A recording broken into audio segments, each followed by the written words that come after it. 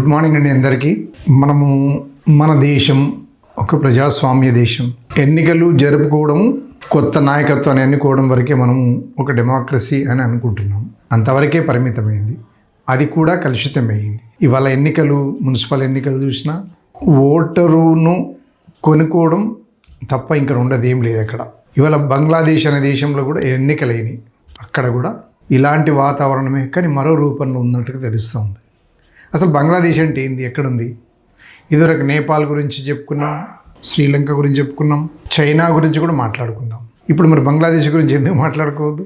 భూములే, ఇంకా వేరే ఏ అంశం కాదు. వాళ్ళ ఏం చేస్తే మనకి ఏం చేసేది అంటే, ఈ ల్యాండ్స్ గురించి చెప్పాలి అని అంటే అవి మనకంటే కూడా సారవంతమైన నేలలు అవి. వాళ్ళకు గంగా నది ప్రవహిస్తుంది, బ్రహ్మపుత్ర నది ఒక అద్భుతమైన నీటి సంపద ఉండటం వల్ల ఆ డెల్టా అద్భుతమైన పంటలు పండుతాయి వాళ్ళకు. మనం వాళ్ళు చూడంగానే వాళ్ళకుండే సంస్కృతి, సంప్రదాయాలు, మతపరమైనవి అవన్నీ అనుకుంటాం, కానీ మనకంటే కూడా ఒక మెరుగైన జీవితమే గడుస్తున్నారని అనిపిస్తుంది వాళ్ళ హిస్టరీ చదువుతూ ఉంటాయి ఆ దేశానికి సంబంధించి. ఇప్పుడు ఢాకా వాళ్ళ ఉన్న క్యాపిటల్ సిటీ అయినా, ఆ చిట్టగాంగ్ ఏరియా అయినా కూడా మంచి ధరలు ఉన్నాయి. భూములు లక్షలు కోట్లల్లో ఒక బిగా అంటారు. ఒక బిగా అంటే మన దగ్గర 33 గంటలు కలిపితే ఒక బిగా.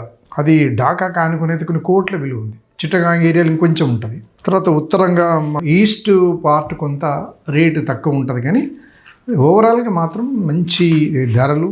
మనం కొనుగోలు చేయాలనుకుంటే కూడా మనల్ని కొననిస్తారో లేదో, అక్కడ ఉండే సమస్యలు మనం అక్కడ ఇమ్మడలేము భారతీయులం కాబట్టి. ఎందుకంటే మనది అందరినీ ప్రేమించే మనసత్వం మనది. అన్ని మతాల వారు, అన్ని కులాల వారు, అన్ని రకాల మనుషులు మన దగ్గర బతుకుతూ ఉంటారు కాబట్టి. అక్కడ దేశం ఎంత అంటే మొత్తం భూమి 77% కేవలం పంటలకి ఉపయోగిస్తారు. ఆ భూమి ఎంత అంటే మేజర్గా వరి ఏదైతే పంట ఉందో ఆ పంట ప్రపంచంలో 3వ స్థానం సంపాదించింది. వరి ధాన్యం. జూట్ ఉంది కదా, దాన్ని గోల్డెన్ ఫైబర్ అంటారు. అది 4th, 5th ప్లేస్ ఏమున్నది. కాటన్, గోధుమలు, తర్వాత మొక్కజొన్న, తర్వాత ఇవన్నీ పూర్తి స్థాయి పంటలు వండి 24 గంటలు పంటలలో బిజీ ఉంటారు వాళ్ళు. అంటే మనల్ని మనమే కాదు, పక్క దేశాల నుంచి తెలుసుకోవాల్సిన అవసరాలు ఉందని చెప్పి మనము చెప్పుకోవాల్సిన అవసరం ఉంది. మన ఆంధ్రప్రదేశ్లో మీరు ఈస్ట్ వెస్ట్ గోదావరికి వెళ్తే అక్కడ 1 ఇంచు భూమి కూడా వేస్ట్ పోనీయరు వాళ్ళు. అయితే మన తెలంగాణలో ఒక 100 కిలోమీటర్ ప్రయాణం చేసినా లెఫ్ట్ సైడ్, రైట్ సైడు ఒక విశాలవంతమైన, ఒక సారవంతమైన నేలలు, పంట పొలాలు కనపడి కొన్ని కిలోమీటర్ల కొద్దీ ఉంటుంది east and west Godavari, Krishna, Guntur ఏరియాలు. అదేవిధంగా బంగ్లాదేశ్లో కూడా కొన్ని 100 కిలోమీటర్లు ప్రయాణం చేసిన కొద్ది పచ్చడి నేలలు కనపడతాయి మనకు. అంటే ఎందుకు చెప్తున్నానంటే, మన నీరు ఎంత వృధా అవుతుంది, మన పంటలు ప్రపంచంలోకి అన్నిటికి కూడా ఎంత ఈజీగా ప్రవేశిస్తే బాగుంటుంది. యూత్ ఎంతసేపు నగరాలకి ఎందుకు వస్తున్నారు అని అంటే, అక్కడ నీటి సౌకర్యం లేక, ఒక విద్యా వసతి లేక నగరాలకు ఎందుకు వస్తారు. నగరాలకు ఎందుకు వస్తారు అంటే కారణం అది. అక్కడ ఉపాధి లేదు, పంటలు లేవు, వ్యవసాయం లేదు, పరిశ్రమలు లేవు, ఏం లేవు కాబట్టి నగరాలకు వస్తారు. నగరాలన్నీ కూడా టైట్ అయిపోతున్నాయి. అదేవిధంగా ఇప్పుడు వాళ్ళ కరెన్సీ వచ్చేసి టాకా. మన 1 రూపాయికి వాళ్ళు 87 పైసల విలువ ఉంటుంది వాళ్ళ దానికి. అంటే మన మీద తక్కువనే ఉంటుంది. వాళ్ళ యొక్క లిటరసీ పర్సంటేజ్ కూడా మనకంటే ఈరోజు మాత్రం ఎక్కువనే ఉంది. As on today education position చూసుకుంటే 78% ఉన్నారు వాళ్ళు. 78% ఉన్నారు. మనం ఎంత ఉన్నాం అంటే మనకంటే చిన్న దేశము, మనకంటే బహుశా వెనకబడి ఉందేమోననే ఫీలింగ్ ఉంటుంది మనకు, కానీ వెనకబడి లేదు. బంగ్లాదేశ్ అంటే పంజాబ్ నుంచి వస్తున్నారా, లేకపోతే వెస్ట్ బెంగాల్ నుంచి చొరబాటుదారులా, ఇవన్నీ మనకు అనవసరం. కానీ జీవితంలో మనము మన పక్క జీవితాలతో పోల్చుకొని మనం ఎక్కడైతే తక్కువనో దాన్ని కలుపుకోవడానికి ప్రయత్నం చేయడంలో భాగంగానే ఈ బంగ్లాదేశ్ నేలల గురించి, బంగ్లాదేశ్లో భూ విస్తీర్ణాల గురించి చెప్పుకుంటే బాగుంటుంది. మనం కొంతమంది ఇన్స్పైర్ అవుతామా, అయ్యో ఆ దేశం అలా ఉందట కదా, మనం ఎందుకు లేవనే ఫీలింగ్ రావాలనే ఉద్దేశంతో నేను ఈ వీడియో చేస్తున్నా. ఆ భూమి విస్తీర్ణం ఎంత అనుకుంటున్నారు? చిన్న దేశం, మళ్ళీ రిపీట్ చేస్తున్నాం, మన ఆంధ్రప్రదేశ్ ఎంతనే ఉంది, అది 148 స్క్వేర్ కిలోమీటర్ అంతే. అంటే అంతటి ఇది ప్రపంచాన్నిలో 3వ స్థానం పంట ఆక్రమించింది అంటే మనం ఎక్కడున్నాం. మనకు మరీ ఆంధ్రప్రదేశ్ అంటే ఇప్పుడు కొత్తగా పోలవరం కట్టుకుంటున్నాం, ఇక్కడ మనం కాళేశ్వరం కట్టుకున్నాం, మనకు బాక్రానంగల్ ఉన్నది, చాలా పెద్ద గంగా నది ప్రవహిస్తుంది, తర్వాత ఇవన్నీ ప్రవహిస్తాయి. ఇవన్నీ ప్రవహించినా కూడా మనకు ఉండవలసిన లోటు మనకున్నది. మనము ఏ రకంగా ఇది చేద్దాం, ఆ పద్ధతిలో మనము మన పక్క దేశంలో ఉన్నటువంటి వాటితో పోలిద్దాం. తర్వాత అక్కడ కూడా పర్ఫెక్ట్గా ఒక కుటుంబానికి యావరేజ్గా 4 నుంచి 5 మంది కంటే ఎక్కువ లేరు. మనం వేరే అపోహలకు పోవాల్సిన పని లేదు. బాగా పిల్లలను కనేస్తురు అనేది అది అపోహ మాత్రమే.